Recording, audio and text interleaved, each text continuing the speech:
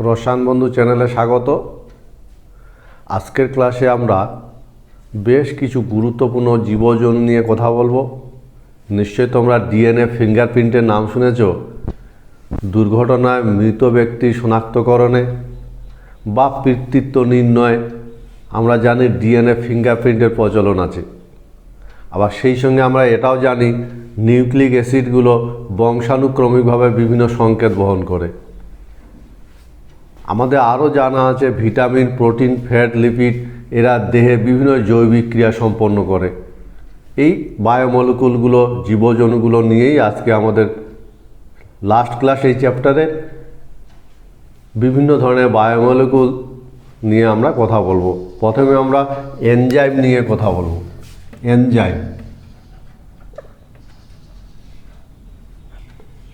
Enzyme প্রোটিনধর্মী এক ধরনের জীবজন্তু। এনজাইমের সাধারণ যদি আমরা পরিচিতি নিই তাহলে মনে রাখবে যে এনজাইমগুলো এক ধরনের বিশেষ ইম্পর্টেন্ট বায়োমলিকুল। আমরা এদেরকে মনে রাখবো এরা জৈব অনুঘটক হিসেবে কাজ করে। ফলে এনজাইমগুলো জৈব অনুঘটক এবং রাসায়নিকভাবে এরা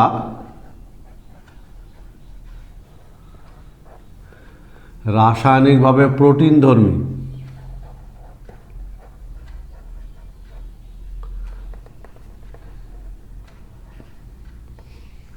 রাসায়নিকভাবে এনজাইমগুলো প্রোটিনধর্মী। জীব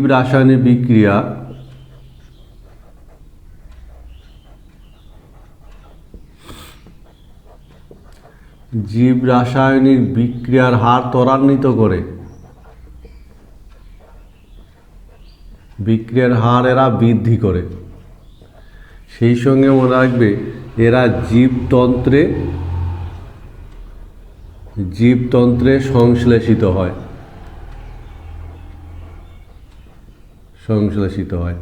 এই হলো ছোট্ট একটা পরিচিতি। তাহলে এনজাইম হলো এক ধরনের জীবজন্তু। মনে রাখবে এরা জৈব অনুঘটক হিসাবে কাজ করে। রাসায়নিকভাবে এরা প্রোটিনধর্মী। জৈব রাসায়নিক বিক্রিয়ার হার বৃদ্ধি করে এবং এরা দেহের তন্ত্রে সংশ্লেষিত হয়। বোঝা গেছে নিশ্চয়ই। আমরা এবার এই এনজাইমের নামকরণ দেখব। তাহলে এই ধরনের যে বায়োমলিকুলগুলো নিয়ে আমরা কথা বলতে চাইছি, এনজাইম বলা হয় যাদের জৈব অনুঘটক। এদের নামকরণ মনে রাখবে। এদের নামকরণের ক্ষেত্রে এনজাইমগুলো যে সাবস্ট্রেটের উপর ক্রিয়া করে তার নামের ভিত্তিতে নামকরণ করা হয়। বোঝা গেছে, যে সাবস্ট্রেটের উপর ক্রিয়া করে। যেমন আমরা যদি বলি সাবস্ট্রেট আর নাম মল্টোজ, মনে করো সাবস্ট্রেটের নাম মল্টোজ, তাহলে বলো তো এনজাইমের নাম কী হবে? ওর নামে এই সাবস্ট্রেটের সাথে নাম লেখার সময় তার সাথে কিন্তু এইচ কথাটা জুড়ে দিতে হবে। এইচ, বোঝা গেছে নিশ্চয়ই। তাহলে মল্টোজের যে নাম হবে, কি নাম হবে? মল্টেজ। এইভাবে এইচ কথাটা জুড়ে দিয়ে এনজাইমের নামকরণ করা হয়। বোঝা গেছে। যেমন ল্যাকটোজ, তাহলে ল্যাকটোজ সাবস্ট্রেটের উপর ক্রিয়া করে যে এনজাইমটা, তার নাম কি হবে বলো তো? ল্যাকটেজ।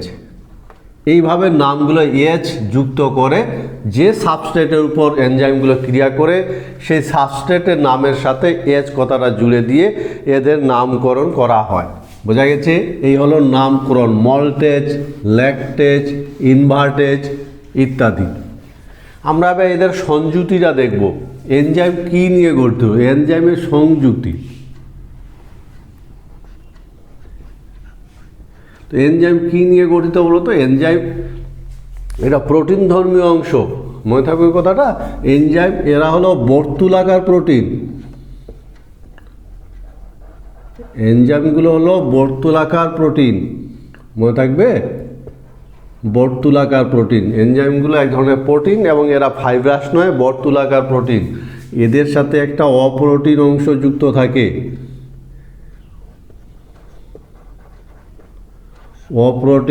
যুক্ত থাকে। আর এই অপ্রোটিন অংশকে বলা হয় কোফ্যাক্টর। এনজাইমের মধ্যে যে অপ্রোটিন অংশটা যুক্ত থাকে তাকে কোফ্যাক্টর বলে। আর মনে রাখবে কোফ্যাক্টর দু রকম হতে পারে।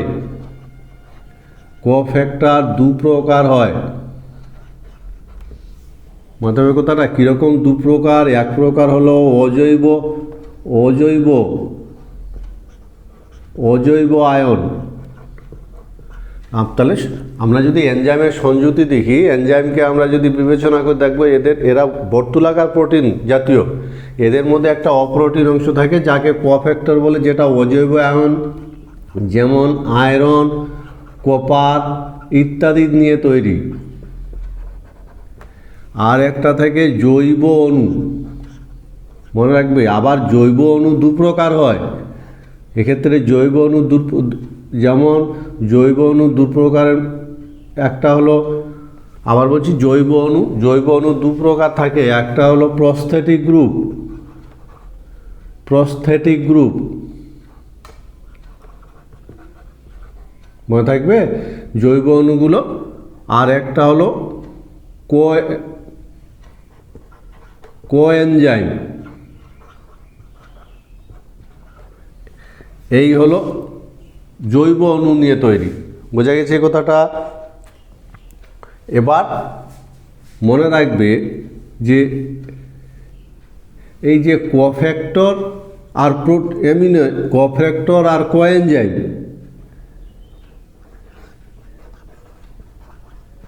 Enzyme cofactor complex, enzyme cofactor কমপ্লেক্সকে বলা হয় হলো এনজাইম। মনে থাকবে? আর কোফ্যাক্টর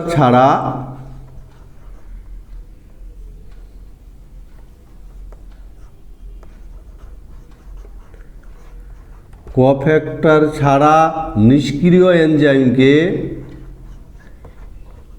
কোফ্যাক্টর ছাড়া নিষ্ক্রিয় যে এনজাইম আছে, নিষ্ক্রিয় এনজাইমকে বলা হয় অ্যাপো এনজাইম।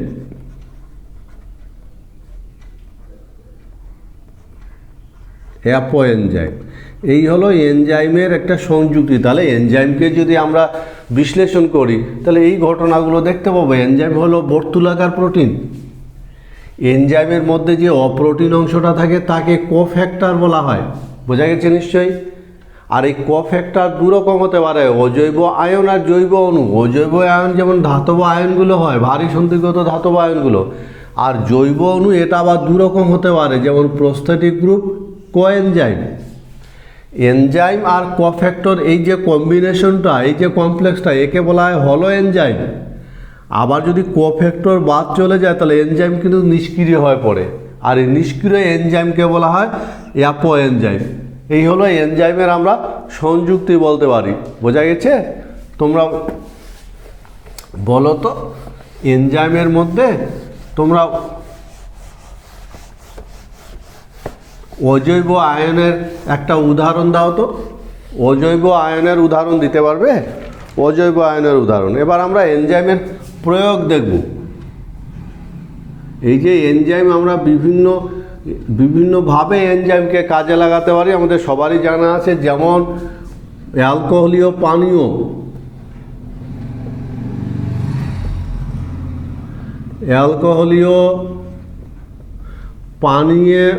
পানীয় প্রস্তুতিতে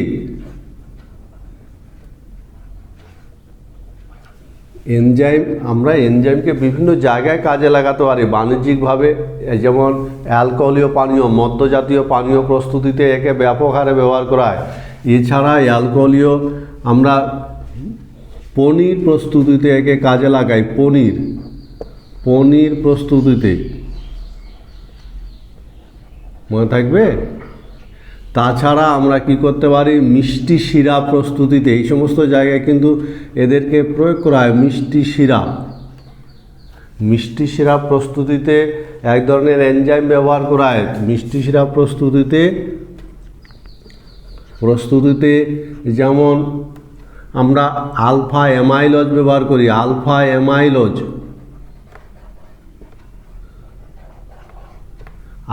অ্যামাইলোজ ব্যবহৃত হয়। মনে থাকবে, মিষ্টি শিরা প্রস্তুতিতে আলফা অ্যামাইলোজ ব্যবহার করা হয়। আবার আমরা যদি ইনভার্ট সুগার ব্যবহার করি, ইনভার্ট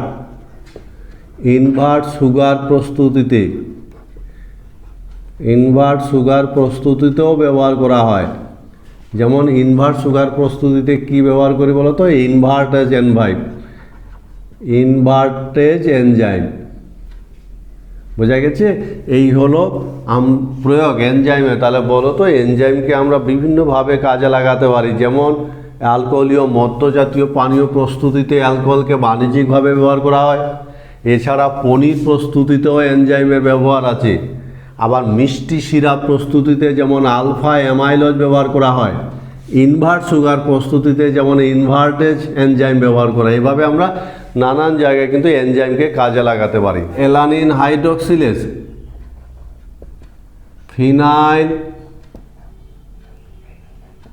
অ্যালানিন হাইড্রক্সিলেজ এর অভাবে ফিনাইল কিটোন ইউরিয়া রোগ হয়, যেটার মাথা ভীষণভাবে ক্ষতিগ্রস্ত হয়। অন্যদিকে টাইরোসিনেজ এর অভাবে অ্যালবিনিজম রোগ হয়, যেটা চামড়া আর চুল সাদা হয়ে যায়। এভাবে এনজাইমের অভাবে কিন্তু বিভিন্ন ধরনের অসুখ হয়। তোমরা বলতে পারবে যে আমরা যে বললাম অ্যালবিনিজম রোগটা, এই অ্যালবিনিজম রোগটা কিসের অভাবে হয়? আমরা এবার হরমোন নিয়ে কথা বলবো। আর এক ধরনের বায়োমলিকুল হরমোন, নাম শুনেছ তো? হরমোন তো আমরা নিচু ক্লাস থেকে পড়ছি। এই ধরনের হরমোনগুলো বোঝা গেছে, এদের প্রথমে আমরা সাধারণ বৈশিষ্ট্যগুলো দেখে নিব। যে এরা অন্তঃক্ষরা গ্রন্থি থেকে নিঃসৃত হয়। দেহের যে অন্তঃক্ষরা গ্রন্থি আছে, অন্তঃক্ষরা গ্রন্থি থেকে নিঃসৃত হয়।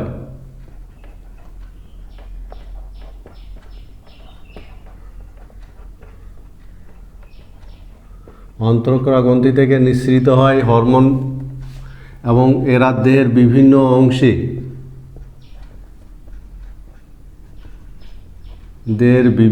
অংশে রক্তস্রোতের মাধ্যমে, মনে রাখবে এরা রক্তস্রোতের মাধ্যমে কি করে? রক্তস্রোতের মাধ্যমে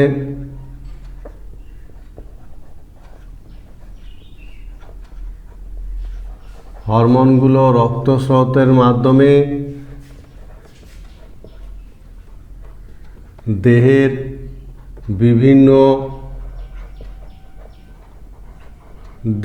বিভিন্ন অঙ্গ ও কোষ, বিভিন্ন অঙ্গ আর পেশিতে, মনে রাখবে বিভিন্ন অঙ্গ ও পেশিতে পৌঁছায়। মনে থাকবে কথাটা? এরা কিন্তু দেহের বিভিন্ন অঙ্গ এবং রক্তস্রোতের মাধ্যমে, মনে রাখবে এরা রক্তস্রোতের মাধ্যমে দেহের বিভিন্ন অঙ্গ আর এরা দেহের পেশিতে পৌঁছায়। বোঝা গেছে এই কথাটা? এবং এরা কি করে? এরা বিপাক ক্রিয়া নিয়ন্ত্রণ করে। এই হরমোনগুলো কিন্তু ভীষণ ইম্পর্ট্যান্ট, এই গুরুত্বপূর্ণ কাজটা করে, বিপাক ক্রিয়া নিয়ন্ত্রণ করে। এবং এরা কি করে বলো তো? হরমোনগুলো বিভিন্ন কোষের মধ্যে বার্তা বহন করে, কোষে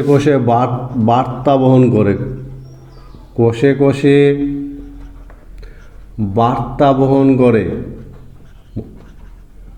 আর সে কারণে এদের কি বলে বলো তো? এদের কি বলা হয়? কেমিক্যাল মেসেঞ্জার বলা হয়। কেমিক্যাল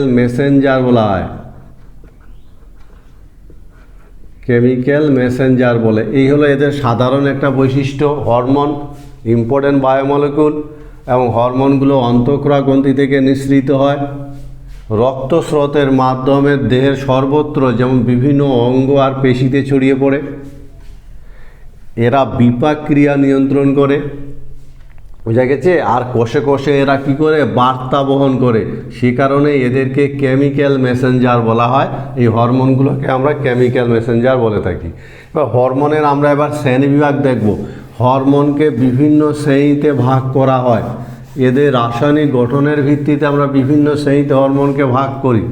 মনে থাকবে? যেমন শ্রেণীবিভাগ যদি বলি, হরমোনের শ্রেণীবিভাগ হরমোনের শ্রেণীবিভাগ, প্রথম ক্যাটাগরির কথা যদি বলি স্টেরয়েড, স্টেরয়েড জাতীয় হরমোন, স্টেরয়েড জাতীয় হরমোন যেমন সেক্স হরমোনগুলো, সেক্স হরমোনগুলো হলো এই জাতীয় হরমোন। সেক্স হরমোন যেমন উদাহরণ যদি বলা হয়, উদাহরণ কি বলতো, ইস্ট্রোজেন, ইস্ট্রোজেন, প্রজেস্টেরন ইত্যাদি, এরা হলো স্টেরয়েড জাতীয় হরমোন, প্রজেস্টেরন। অন্যদিকে প্রোটিন জাতীয় আছে, প্রোটিন জাতীয় মনে থাকবে যেমন ইনসুলিন, যেমন গ্লুকাগন, এরা হলো প্রোটিন জাতীয় হরমোন। ফলে হরমোনকে আমরা বিভিন্ন শ্রেণীতে ভাগ করি। যেমন আছে অ্যামিন জাতীয় হরমোন, অ্যামিন জাতীয় হরমোন, বোঝা গেছে যে অ্যামিন জাতীয় হরমোন যেমন, তাহলে তিনটা ভাগে আমরা ভাগ করি, স্টেরয়েড, প্রোটিন জাতীয়, অ্যামিন জাতীয় হরমোন। প্রোটিন জাতীয় হরমোন হলো ইনসুলিন, গ্লুকাগন, বোঝা গেছে। আর স্টেরয়েড জাতীয় হরমোন হলো সেক্স হরমোন, অ্যামিন জাতীয় হরমোন হলো যেমন থাইরক্সিন। এই হলো আমরা বিভিন্ন এদের যে বিভিন্ন ধরনের স্টেরয়েড জাতীয়, প্রোটিন জাতীয়, অ্যামিন জাতীয়, এরকম বিভিন্ন ভাগে হরমোনকে ভাগ করা হলো। আমরা এই তিনটা ভাগ মনে রাখার চেষ্টা করব, বোঝা গেছে নিশ্চয়ই। তাহলে হরমোনের শ্রেণীবিভাগে মনে রাখবে যে স্টেরয়েড জাতীয় হরমোনের উদাহরণ যেমন সেক্স হরমোনগুলো হয়, আবার প্রোটিন জাতীয় হরমোনের উদাহরণ যেমন ইনসুলিন, গ্লুকাগন ইত্যাদি। আর অ্যামিন জাতীয় হরমোনের উদাহরণ হলো যেমন থাইরক্সিন। এবং এই শ্রেণীবিভাগটা তোমরা মনে রাখার চেষ্টা করবে। আমরা যদি হরমোনের সাধারণ কাজ দেখি, যে হরমোনের সাধারণ কাজ কি, বোঝা গেছে। তাহলে হরমোনের সাধারণ কাজ মনে রাখবে, সাধারণ কার্য। হরমোনের সাধারণ কার্য কি বলতো? এদের সাধারণ কার্য হলো কোষে কোষে সংযোগ রক্ষা করা, এদের প্রধান কাজ। কেমিক্যাল মেসেঞ্জার হিসাবে কাজ করে এরা, সংযোগ রক্ষা করা। এছাড়া এরা আরও গুরুত্বপূর্ণ একটা কাজ, বহু কাজ তো এরা করেই, তার মধ্যে কিছু কিছু আমাদের মনে রাখতে হবে। যেমন কোষ বিভাজন, কোষ বিভাজন ও কোষের বৃদ্ধিতে সাহায্য করে। কোষ বিভাজন আর কোষের বৃদ্ধিতে কিন্তু এনজাইমগুলো সাহায্য করে, বোঝা গেছে। এরকম সাধারণ কাজ হরমোনগুলো প্রায় করে থাকে। কোষ বিভাজন এবং কোষের বৃদ্ধিতে এরা কিন্তু সাহায্য করে, ঠিক আছে। এছাড়াও হরমোনের আরও কাজ, ইম্পর্টেন্ট কাজ, যেমন এরা বিপাক ক্রিয়া নিয়ন্ত্রণ করে, বিপাক ক্রিয়া নিয়ন্ত্রণ করে। এরকম নানান ধরনের গুরুত্বপূর্ণ কাজ কিন্তু হরমোনগুলো করে থাকে। এই হলো হরমোনের সাধারণ কার্য, মনে থাকবে। তাহলে হরমোনের সাধারণ কার্য কোষে কোষে সংযোগ রক্ষা করা, কোষ বিভাজন এবং কোষ বৃদ্ধিতে সাহায্য করে, বিপাক ক্রিয়া নিয়ন্ত্রণ করে। এই হলো হরমোনগুলো সাধারণ কাজ। আমরা এবার কিছু হরমোনের আমরা দেখব, কিছু হরমোনের গুরুত্বপূর্ণ কিছু আমরা ক্রিয়া দেখে নিব। যে হরমোন, বিভিন্ন হরমোনগুলো যে আছে, এই বিভিন্ন হরমোনের ক্রিয়াকলাপ,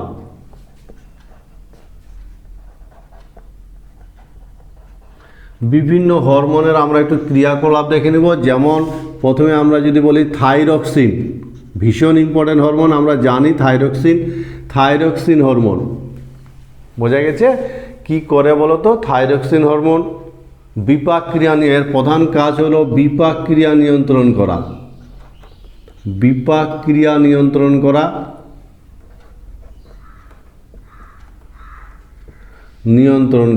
মনে থাকবে। এবং এর মাত্রা যদি কমে যায় তাহলে কি হয় বলো তো? মাত্রা কমে গেলে কি হবে? এর মাত্রা যদি হ্রাস পায়, মাত্রা হ্রাস পেলে হাইপোথাইরয়েডিজম হয়, হাইপোথাইরয়েডিজম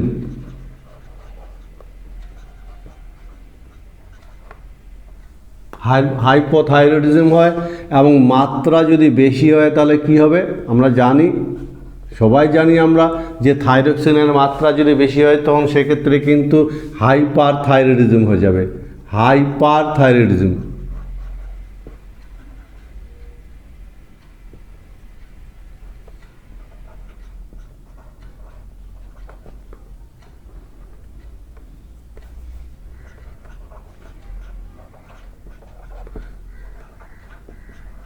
বোঝা গেছে? এবং এই হাইপারথাইরয়েডিজম হওয়ার ফলে কি হয় বলো তো? গলগণ্ড রোগ হয়। গলগণ্ড রোগ জানা আছে না আমাদের? গলগণ্ড রোগ হয় হাইপারথাইরয়েডিজমের ফলে। একই রকম আরেকটা হরমোনের কথা যদি আমরা বলি, ইনসুলিন হরমোন। এ কি করে বলো তো? রক্তে গ্লুকোজের মাত্রা নিয়ন্ত্রণ করে। গ্লুকোজের মাত্রা নিয়ন্ত্রণ করে। আবার গ্লুকাগন কি করে বলো তো? রক্তে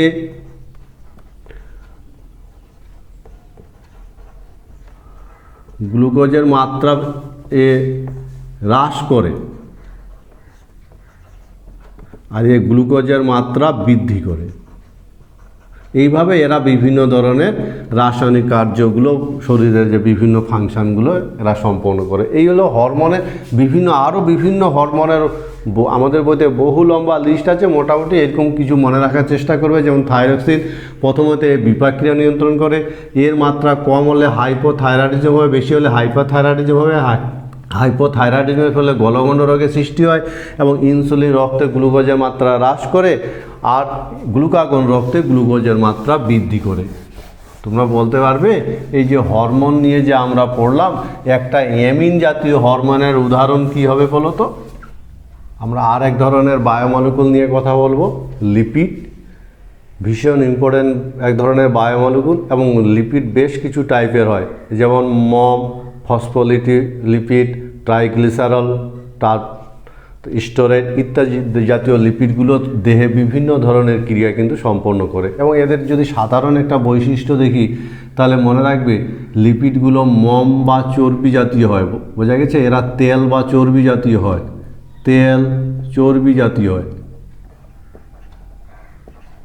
চর্বি জাতীয় জীবাণু,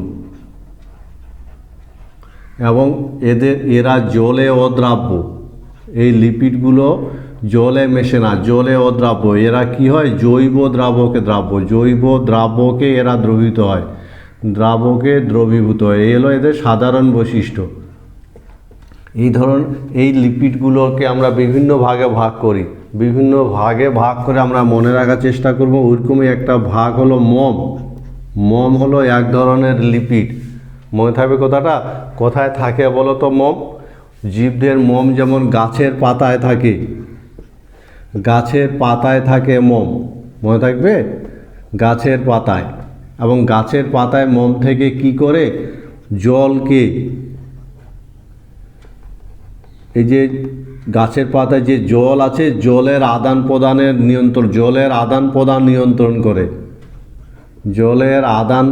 নিয়ন্ত্রণ করে। অর্থাৎ পাতার জল সহজে বাইরে বেরোতে দেয় না, আবার বাইরের জল সহজে পাতায় প্রবেশ করতে দেয় না। ফলে জলের আদান প্রদান নিয়ন্ত্রণ করে গাছের পাতায় থাকা মোম। মনে থাকবে নিশ্চয়ই? এইভাবে মোম কিন্তু গুরুত্বপূর্ণ ভূমিকা পালন করে। সেই সঙ্গে মনে রাখবে, যেমন তিমি মাছের মাথায় থাকে, তিমি মাছের মাথায় কি থাকে বলো তো? তিমি মাছের মাথায় থাকে স্পারমাসিটি থাকে। এবং এটা কি করে? এটা জলের প্লবতা নিয়ন্ত্রণ করে। তিমি মাছ যখন জলে ডুব দেয় তখন প্লবতা নিয়ন্ত্রণ করে। বুঝতে পেরেছ? এইভাবে কিন্তু এরা জীবের বিভিন্ন ক্রিয়া সম্পন্ন করে। যেমন মৌমাছির মোম কি বলতো? মৌমাছির মোমটার নাম কি? মাইরোসিল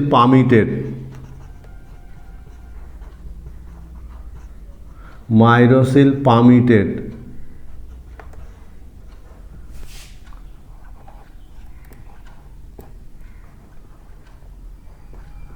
ট্রাইগ্লিসারল। ভীষণ ইম্পর্টেন্ট ট্রাইগ্লিসারলগুলো, এবং এরা সবথেকে সরল লিপিড, এরা সর্বাধিক সরল লিপিড, মনে থাকবে। এবং এরা যখন কঠিন অবস্থায় যদি থাকে, কঠিন হলে তাকে বলা হবে চর্বি, মনে থাকবে, কঠিন হলে চর্বি বলা হবে, আর যদি তরল হয় তাহলে তেল বলা হবে, এবং তরল হলে তেল বলা হয়। এই হলো, এবং এদের মূল কাজ হলো, এই ট্রাইগ্লিসারলগুলোর মূল কাজ কি বলো তো? শক্তি সঞ্চয় করা। এদের মূল কাজ হলো শক্তি সঞ্চয় করা, বুঝতে পেরেছ? এরা কি করে দীর্ঘ সময় ধরে কিন্তু দীর্ঘ সময় ধরে এরা শক্তির যোগান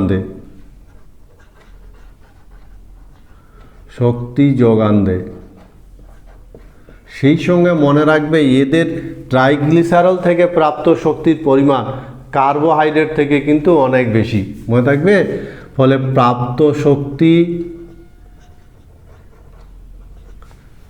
প্রাপ্ত শক্তিটা কত? প্রায় 9 কিলো ক্যালোরি পার গ্রাম, মনে থাকবে 9 কিলো ক্যালোরি পার গ্রাম, যেটা কার্বোহাইড্রেট থেকে অনেক বেশি,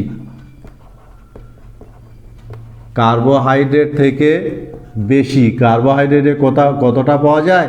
কার্বোহাইড্রেটে প্রায় 4 কিলো ক্যালোরি পার গ্রামের মতন পাওয়া যায়। ফসফোলিপিড, এবং ফসফোলিপিডগুলো যে থাকে এরা মূলত কোষ প্রাচীরের কোষের আদান প্রদান করে। ফসফোলিপিড, মনে থাকবে কথাটা, ফসফোলিপিড।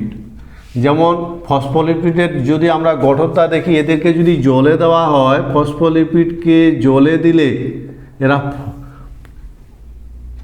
ফসফোলিপিডকে যদি জলে দেওয়া হয় তাহলে বিশেষ গঠনের মাধ্যমে এরা কি করে? ফসফোবাইলেয়ার তৈরি করে,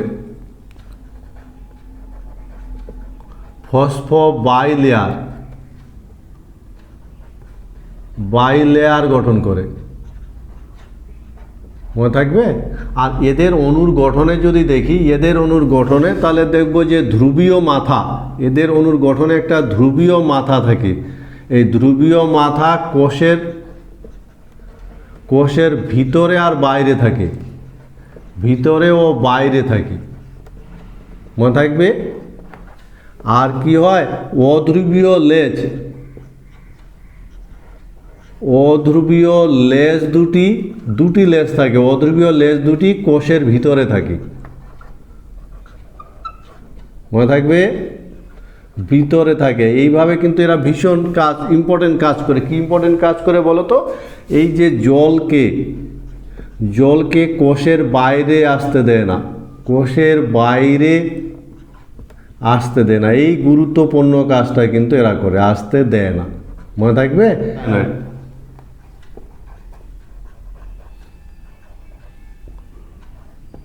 ইকোসায়ানেট, এরা 20টি কার্বন যুক্ত, মনে থাকবে, অনেকগুলো, বুঝতে পারছো, 20টি কার্বন যুক্ত জীবাণু, ইকোসায়ানেট, মনে থাকবে নিশ্চয়। ইকোসায়ানেটগুলো বেশ গুরুত্বপূর্ণ ভূমিকা পালন করে। ইকোসায়ানেটগুলো 20 কার্বন বিশিষ্ট ইকোসায়ানেট জীবজন্তু হিসেবে কাজ করে, এবং এরা মূলত পাচক রস নিয়ন্ত্রণ করে, বোঝা গেছে। আর কি কাজ করে বলো তো? এরা রক্তবাহী শিরাকে সংকুচিত করে। আর কি করে বলো তো? ফুসফুস যে আছে, ফুসফুসের নরম শিরা, ফুসফুসে যে নরম পেশি আছে, সেই নরম পেশিকে সংকুচিত করে। এই গুরুত্বপূর্ণ কাজগুলো কিন্তু এই ইকোসায়ানেটগুলো করে। সুতরাং মনে রাখবে যে ইকোসায়ানেট বলে এক ধরনের জীবজ অণু আছে যারা লিপিড শ্রেণীর। এরা ভীষণ গুরুত্বপূর্ণ ক্রিয়া সম্পন্ন করে, যেমন পাচক রস নিয়ন্ত্রণ করে, রক্তবাহী শিরাকে এরা সংকুচিত করে, আবার ফুসফুসের নরম পেশিকে এরা সংকুচিত করে, বিভিন্ন জৈবিক ক্রিয়া কিন্তু এরা সম্পন্ন করে থাকে।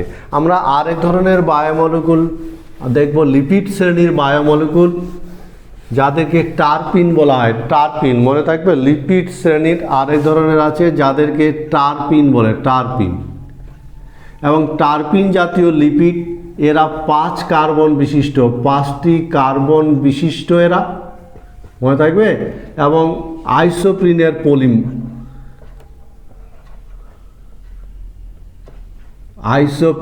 পলিমার, বোঝা গেছে। এই টারপিন জাতীয় বায়োমলিকুল আইসোপ্রিন জাতীয় পলিমার, এবং এদের প্রধান যে কাজ, এরা হলো স্টেরয়েড প্রস্তুতির, মনে রাখবে, এরা স্টেরয়েড প্রস্তুতির প্রারম্ভিক পদার্থ হিসাবে কাজ করে, বোঝা গেছে নিশ্চয়ই। এবং এদের যদি আমরা টারপিনের যদি উদাহরণ দিই, তাহলে এদের উদাহরণ যেমন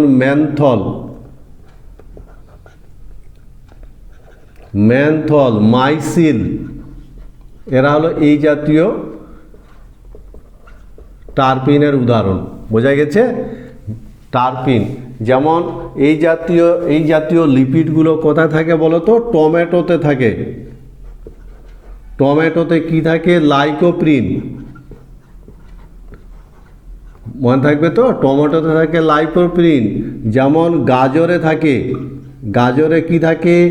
বিটা ক্যারোটিন, মনে থাকবে, বিটা ক্যারোটিন থাকে গাজরে। এবং বিটা ক্যারোটিন কি করে বলো তো? দেহে ভিটামিন সংশ্লেষ করে, ভিটামিন এ তৈরি করে। এই হলো এদের গুরুত্ব। টারপিন 5 কার্বন বিশিষ্ট আইসোপ্রিনের পলিমার, মনে রাখবে। এরা স্টেরয়েড প্রস্তুতির প্রারম্ভিক পদার্থ হিসেবে কাজ করে, এবং যেমন বিটা ক্যারোটিন দেহে ভিটামিন এ তৈরি করে। আর এক ধরনের লিপিড আছে ভীষণ ইম্পর্টেন্ট, যাদেরকে স্টেরয়েড শ্রেণীর বলা হয়। স্টেরয়েড জাতীয় লিপিড, স্টেরয়েড জাতীয় লিপিড নাম শুনেছ? স্টেরয়েড জাতীয় লিপিড, স্টেরয়েড কি? এদের মধ্যে মনে রাখবে সব থেকে বেশি থাকে মানুষের শরীরে কোলেস্টেরল। কোলেস্টেরল সব থেকে বেশি থাকে, এই কোলেস্টেরল স্টেরয়েডটা সব থেকে বেশি থাকে, মনে থাকবে কথাটা। মানুষের শরীরে যে বিভিন্ন রকম স্টেরয়েড আছে, তার মধ্যে কোলেস্টেরল সব থেকে বেশি থাকে। এবং আমাদের যে গল ব্লাডারে যে গল স্টোন হয়, এই গল স্টোন এই কোলেস্টেরলের জন্যই হয়, কোলেস্টেরল থেকেই সৃষ্টি হয়, বোঝা গেছে। এই হলো আমাদের লিপিড সংক্রান্ত একটা সংক্ষিপ্ত ধারণা, নিশ্চয়ই বোঝা গেছে। তোমরা বলতে পারবে তো যে গল ব্লাডারে যে পাথর হয়, এই পাথর সৃষ্টির জন্য দায়ী কোন যৌগটা? যেসব জীবাণু কি বলতো দেহে উৎপন্ন হয় না, যেসব জীবাণু দেহে উৎপন্ন হয় না, মনে থাকবে, দেহে উৎপন্ন হয় না, খাদ্যের মাধ্যমে গ্রহণ করতে হয়, খাদ্যের মাধ্যমে যাদের গ্রহণ করতে হয়, বোঝা গেছে। আর যারা নির্দিষ্ট ক্রিয়া সম্পন্ন করে এবং কি করে দেহের বৃদ্ধি ও পুষ্টি সাধনের জন্য অল্প পরিমাণে দরকার হয়,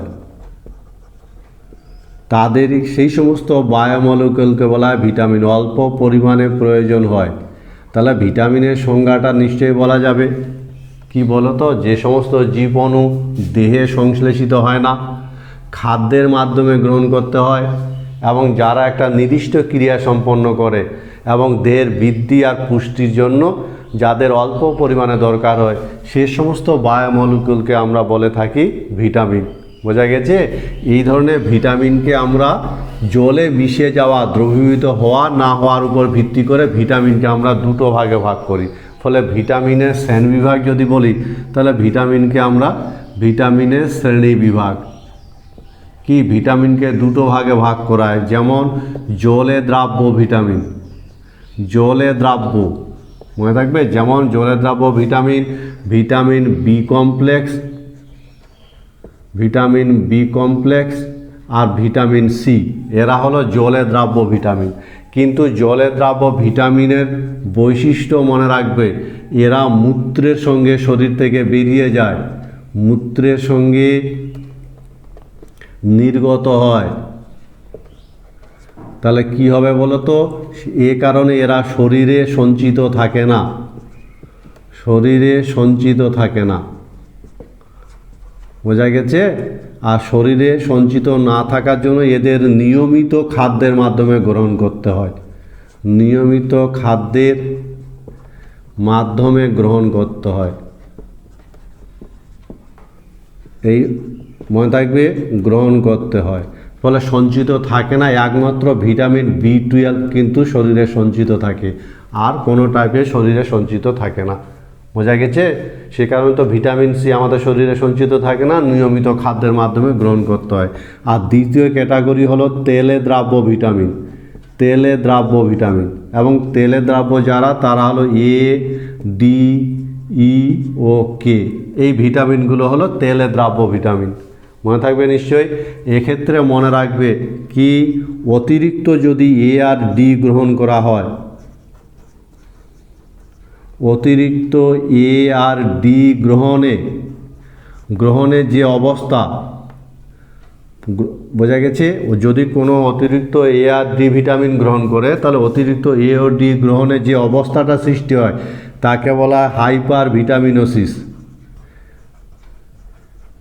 হাইপার ভিটামিনোসিস। মনে থাকবে কথাটা। আর সেই সঙ্গে মনে রাখবে যে বায়োটিন বলে একটা ভিটামিন আছে, বায়োটিন নাম শুনেছ? বায়োটিন ভিটামিন এইচ, যাকে বায়োটিন বলে, এটা জল আর তেল, জল আর তেলে অদ্রাব্য, এটা কোনো কিছুতেই দ্রবীভূত হয় না, অদ্রাব্য। আবার সেই সঙ্গে মনে রাখবে একাধিক ভিটামিনের যদি কোনো মানুষের যদি একাধিক ভিটামিনের অভাবজনিত, একাধিক ভিটামিনের অভাব, ফলে একাধিক ভিটামিনের সেই অবস্থাটা, একাধিক ভিটামিনের অভাবজনিত অবস্থাটাকে, অভাবজনিত মনে থাকবে, অভাবজনিত অবস্থাটাকে কি বলা হয় বলো তো? অভাবজনিত অবস্থাটাকে কি বলা হয়? এ ভিটামিনোসিস, ভিটামিনোসিস। এই হলো ভিটামিনের একদম শ্রেণীবিভাগের মধ্যে ছোট্ট একটা ধারণা। ভিটামিনগুলোকে আমরা জলে মিশে যাওয়া না যাওয়ার পর ভিত্তি করে দুটো ভাগে ভাগ করি। যেমন ভিটামিন বি কমপ্লেক্স আর ভিটামিন সি, এরা জলে দ্রাব্য, জলে দ্রাব্য হওয়ার ফলে এরা মূত্রের সঙ্গে দেহ থেকে নির্গত হয়, ফলে এরা কিন্তু দেহে সঞ্চিত থাকে না, একমাত্র ভিটামিন বি12 ছাড়া। আর সে কারণে এদের নিয়মিত খাদ্যের মাধ্যমে গ্রহণ করতে হয়। অন্যদিকে তেলে দ্রাব্য ভিটামিনগুলো হলো এ, ডি, ই ও কে। এবং একটা ভিটামিন আছে যার নাম বায়োটিন, ভিটামিন এইচ, যেটা জল বা তেল কোনো কিছুতেই মেশে না, দ্রবীভূত হয় না। মনে রাখবে এ আর ডি অতিরিক্ত পরিমাণে গ্রহণ করার ফলে যে অবস্থাটা সৃষ্টি হয় তাকে বলা হয় হাইপার ভিটামিনোসিস। আবার কোনো ব্যক্তির যদি একাধিক ভিটামিনের অভাবজনিত অবস্থাটা, সেটাকে কিন্তু বলা হয় এ ভিটামিনোসিস। এবার আমরা দেখব বিভিন্ন ধরনের ভিটামিনের অভাবজনিত লক্ষণ, এবং এ সংক্রান্ত লম্বা লিস্ট হয়। আমরা মোটামুটি করে একটু মনে রাখার চেষ্টা করব বিভিন্ন ভিটামিনের অভাবজনিত লক্ষণ। যেমন আমরা যদি এদিকে ভিটামিন আর এইদিকে রোগের নাম সংক্ষেপে মনে রাখার চেষ্টা করব, ভিটামিনের সাথে রোগের নাম। বোঝা গেছে? যেমন ভিটামিন যদি আমরা বলি ভিটামিন এ, যা রাসায়নিক নামটা মনে রাখবে retinal, vitamin A K retinal বলা হয়, রাসায়নিক নাম। ঠিক আছে? তো সবারই জানা আছে জেরাপথ্যালমিয়া রোগ হয়, জেরাপথ্যালমিয়া রোগ হয়, মনে থাকবে জেরাপথ্যালমিয়া। আর কি হয়, জেরোসিস রোগ হয়, জেরোসিস। ফলে রোগগুলোর নাম মনে রাখার চেষ্টা করবে। ভিটামিন এ এর অভাবে এই রোগ হয়, জেরাপথ্যালমিয়া রোগ হয় আর জেরোসিস রোগ হয়। মনে থাকবে কথাটা। ভিটামিন B1 এর অভাবে কিন্তু বেরি রোগ হয়, বেরি। এই রোগের নামগুলো মনে রাখার চেষ্টা করবে। ভিটামিন ডি এর অভাবে রিকেট হয়, আমাদের এটা জানা আছে, রিকেট রোগ হয় ভিটামিন ডি এর অভাবে। বোঝা গেছে। ভিটামিন B12 এর রাসায়নিক নামটা মনে রাখতে হবে, সায়ানোকোবালামিন। সায়ানোকোবালামিন এর রাসায়নিক নামটা কিন্তু মনে রাখবে। বোঝা গেছে। ভিটামিন B12 এর অভাবে কি হয় বলতো, রক্তাল্পতা রোগ হয়।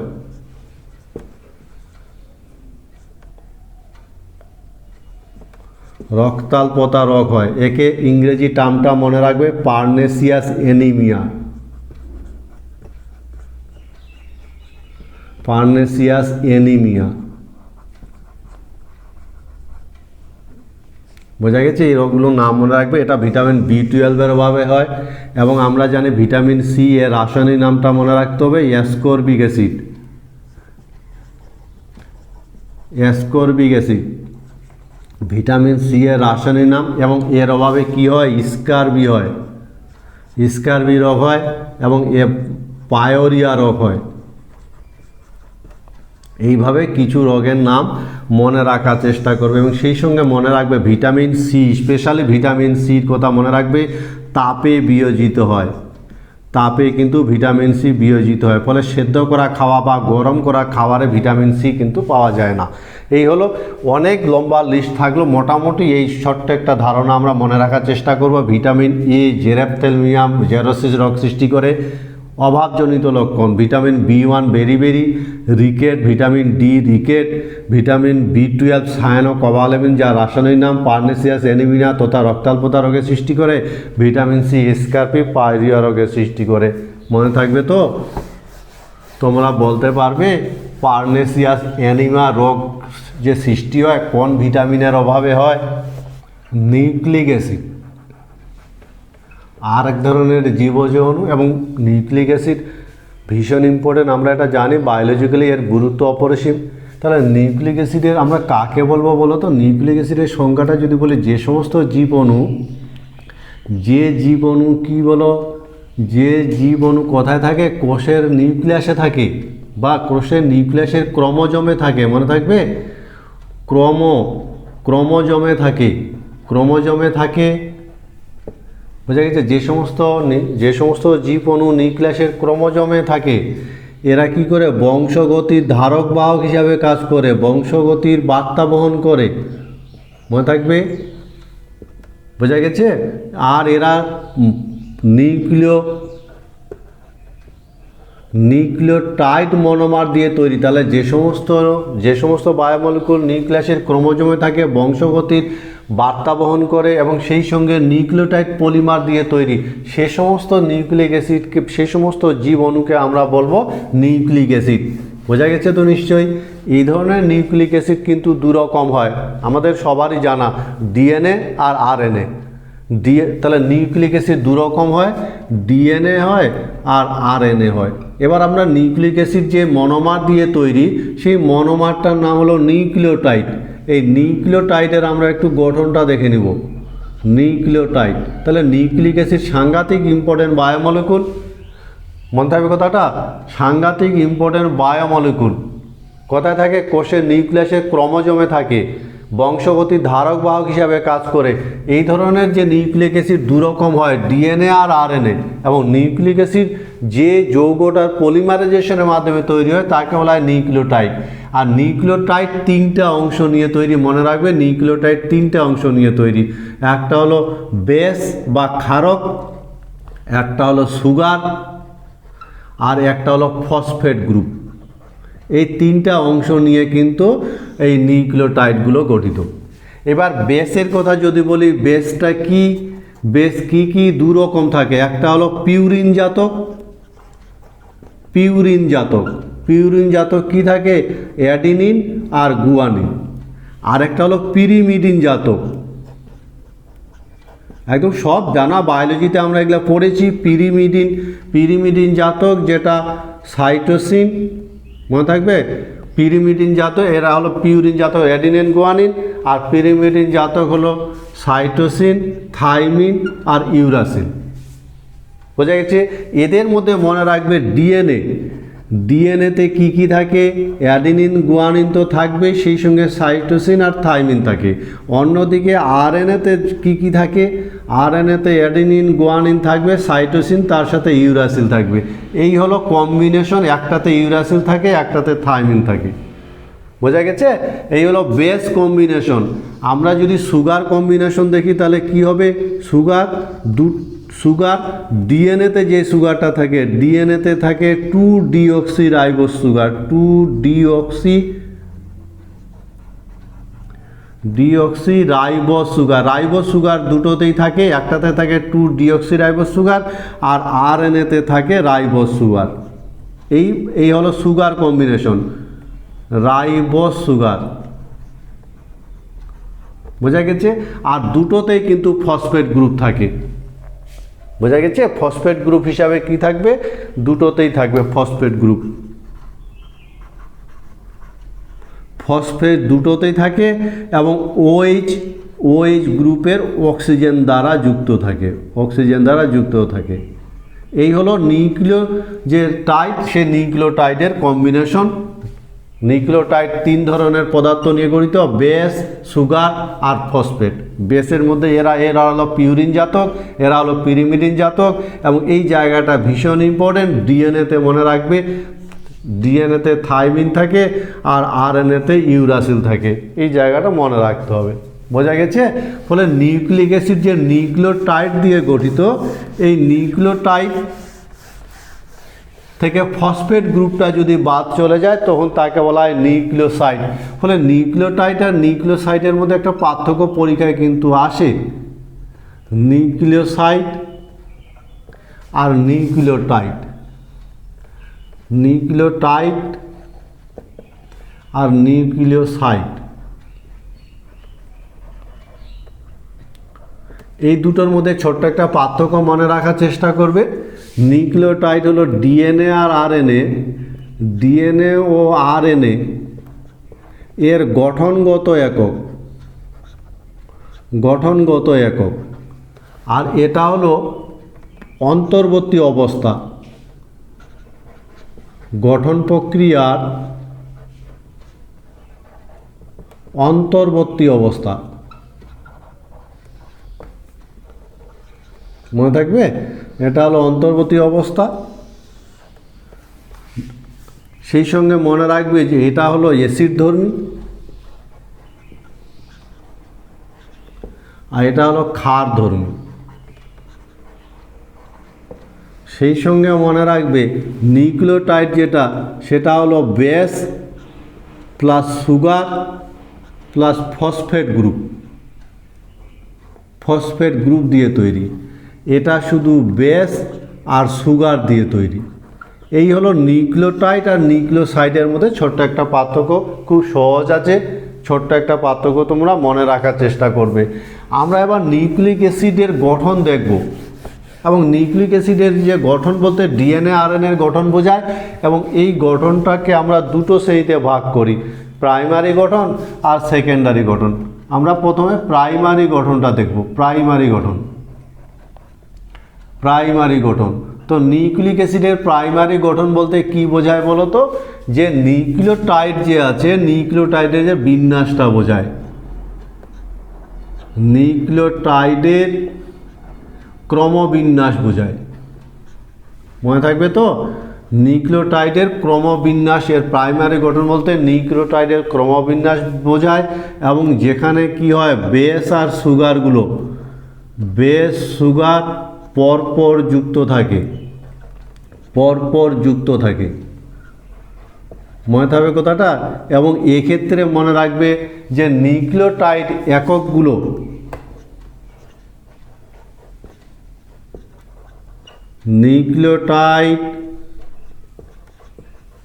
এককগুলো কিভাবে যুক্ত থাকে, এবং এটা গঠন প্রক্রিয়াটা খানিকটা জটিল হলো, সরলীকরণ করে মনে রাখার চেষ্টা করবে। নিউক্লিওটাইড এককগুলি সি, যে আমাদের যে 5' নং কার্বন ও 3' নং যে কার্বনের সঙ্গে ফসফোডাইএস্টার, মনে রাখবে ফসফোডাইএস্টার বন্ধন দ্বারা যুক্ত থাকে, ডাইএস্টার বন্ধন দ্বারা যুক্ত থাকে, মনে থাকবে। এই হলো এর প্রাইমারি গঠনের একটা ধারণা, ডিএনএ আরএনএ। এবং সেই সঙ্গে মনে রাখবে এক্ষেত্রে যে যে সুগার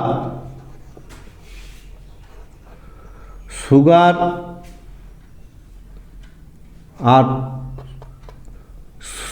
সুগার বেস বা সুগার ফসফেট গ্রুপগুলো যে আছে সেই গ্রুপগুলোকে মনে রাখবে। সুগার ফসফেট গ্রুপ কি?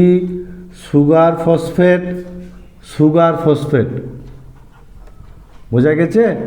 সুগার ফসফেট, এই যে সুগার ফসফেট যে ব্রাঞ্চটা আছে, বোঝা গেছে, যে গঠন কাঠামোটা আছে, গঠন কাঠামোতে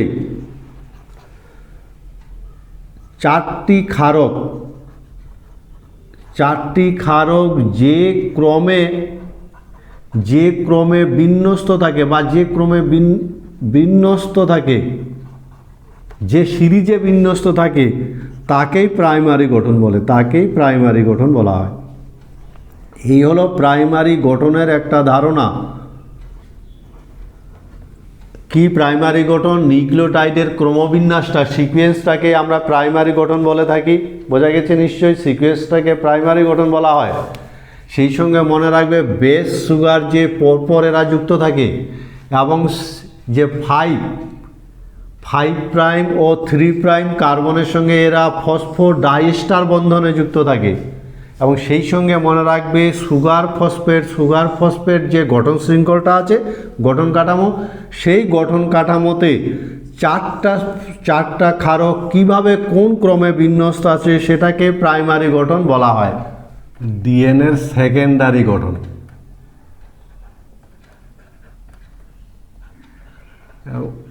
ডিএনএর যদি সেকেন্ডারি গঠন দেখি তাহলে মনে রাখবে যে ডিএনএ দুটো পলিনিউক্লিওটাইড শৃঙ্খল দিয়ে গঠিত, দুটি পলিনিউক্লিওটাইড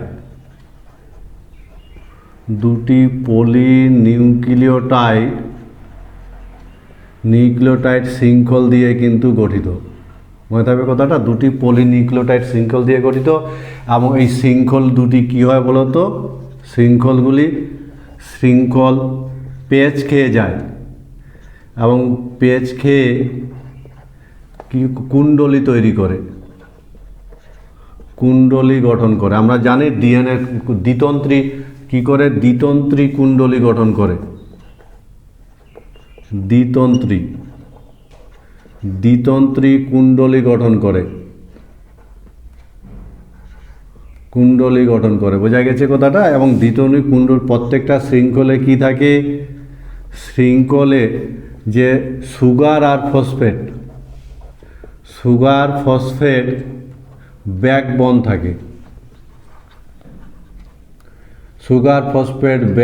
থাকে, বোঝা গেছে যে। এবং এক্ষেত্রে কি হয়, বেসগুলি যে ক্ষারকগুলো আছে সেই বেসগুলি ভেতরে থাকে, বেসগুলি ভিতরে প্রক্ষিপ্ত থাকে, প্রজেক্টেড থাকে, ভিতরের দিকে থাকে, প্রক্ষিপ্ত থাকে, মনে থাকবে কথাটা।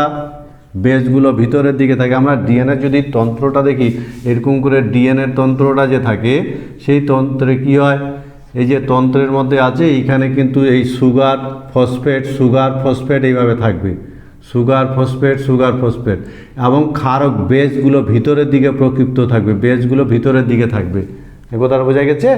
এবং সেক্ষেত্রে কী হবে, সবসময় কম্বিনেশন যেটা সেটা হলো অ্যাডিনিনের সাথে থাইমিন আর গুয়ানিনের সাথে সাইটোসিন, এই কম্বিনেশনে কিন্তু যুক্ত থাকে, এর ব্যতিক্রম হবে না, এই কম্বিনেশনে যুক্ত থাকে। এবং অ্যাডিনিন এর সাথে কী হয়, দুটো হাইড্রোজেন বন্ধন দ্বারা যুক্ত থাকে এবং এক্ষেত্রে 3টা হাইড্রোজেন বন্ধনে যুক্ত থাকে, 3টি হাইড্রোজেন বন্ধনে যুক্ত থাকে। এইভাবে এরা যুক্ত থেকে কি করে ডিএনএ সেকেন্ডারি গঠন কাঠামো লাভ করে। এবং এই কম্বিনেশনটা মনে রাখবে, এর সাথে টি আর জি এর সাথে সি কম্বিনেশনে এরা কি করে ডিএনএ দ্বিতন্ত্রী গঠন করে। এক্ষেত্রে মনে রাখবে যে প্রতিলিপিকরণ বলে একটা টার্ম আছে। প্রতিলিপিকরণ কাকে বলে বলো তো? প্রতিলিপিকরণ একটা মাতৃ ডিএনএ থেকে দুটো সদৃশ অপত্য ডিএনএ প্রস্তুতির পদ্ধতিটাকে বলা হয় প্রতিলিপিকরণ বা রেপ্লিকেশন। কিভাবে ঘটনাটা ঘটে? এনজাইমের প্রভাবে ঘটে। এনজাইমের উপস্থিতিতে প্রথমে ডিএনএ তন্ত্রগুলো যে আছে তার অকুণ্ডলীকরণ হয়, কুণ্ডলীটা খুলে যায় এবং সেক্ষেত্রে হাইড্রোজেন বন্ধনগুলো ভেঙে যায়। হাইড্রোজেন বন্ধন ভেঙে গেল, কুণ্ডলীটা খুলে গেল। এরপর দ্বিতন্ত্রীটার ক্ষেত্রে কি হবে, এরা টেমপ্লেট গঠন করে। ওই এনজাইমের উপস্থিতিতেই টেমপ্লেট গঠিত হয় এবং টেমপ্লেট গঠিত হওয়ার পর এরা পরিপূরক বেসগুলোর সাথে যুক্ত হওয়ার ফলে একটা নূতন দ্বিতন্ত্রী ডিএনএ পাওয়া যায়। এই যে অপত্য ডিএনএ পাওয়া গেল, যার একটা তন্ত্র পুরাতন মাতৃ থেকে পাওয়া আর একটা নূতন তন্ত্র সৃষ্টির ফলে একদম সদৃশ অপত্য ডিএনএ পাওয়া যায়। এই ঘটনাটাকে বলা হয় প্রতিলিপিকরণ। বোঝা গেছে? আরেকটা ভীষণ টার্ম আমাদের এখানে আছে যাকে বলা হয় ডিএনএ ফিঙ্গারপ্রিন্ট। কোনো একটা মানুষের যে সুগার ফসফেটের সাথে যে বেসগুলোর কম্বিনেশন, এটা কখনো পরিবর্তন হয় না, কোনোভাবে এর পরিবর্তন করানো যায় না। এই তথ্যগুলোকে বলা হয় ডিএনএ ফিঙ্গারপ্রিন্ট। এবং ডিএনএ ফিঙ্গারপ্রিন্টের সাহায্যে আমরা কি করতে পারি? একটা দুর্ঘটনায় মৃত ব্যক্তির আইডেন্টিফাই করতে পারি। পিতৃত্ব নির্ধারণে আমরা ডিএনএ ফিঙ্গারপ্রিন্ট নীতিটাকে কাজে লাগাতে পারি। আমরা চোরাচালানকারী ব্যক্তিকে আমরা শনাক্ত করতে পারি। সেই সঙ্গে জাতিগত নির্ণয়, বিভিন্ন জাতির বিভিন্ন বৈশিষ্ট্য নির্ণয়ের ক্ষেত্রেও ডিএনএর ফিঙ্গারপ্রিন্টের প্রয়োগ কিন্তু আছে। ফলে আজকের ক্লাসটাতে আমরা নিউক্লিক অ্যাসিড ভীষণ গুরুত্বপূর্ণ বায়োমলিকুল, সেই সঙ্গে ভিটামিন, প্রোটিন, ফ্যাট, লিপিড ইত্যাদি বিষয় নিয়ে কথা বললাম। এই সমস্ত বায়োমলিকুল সম্বন্ধে তোমাদের একটা সঠিক ধারণা তৈরি হবে, এই প্রত্যাশা রেখে ক্লাসটা এখানে শেষ করছি।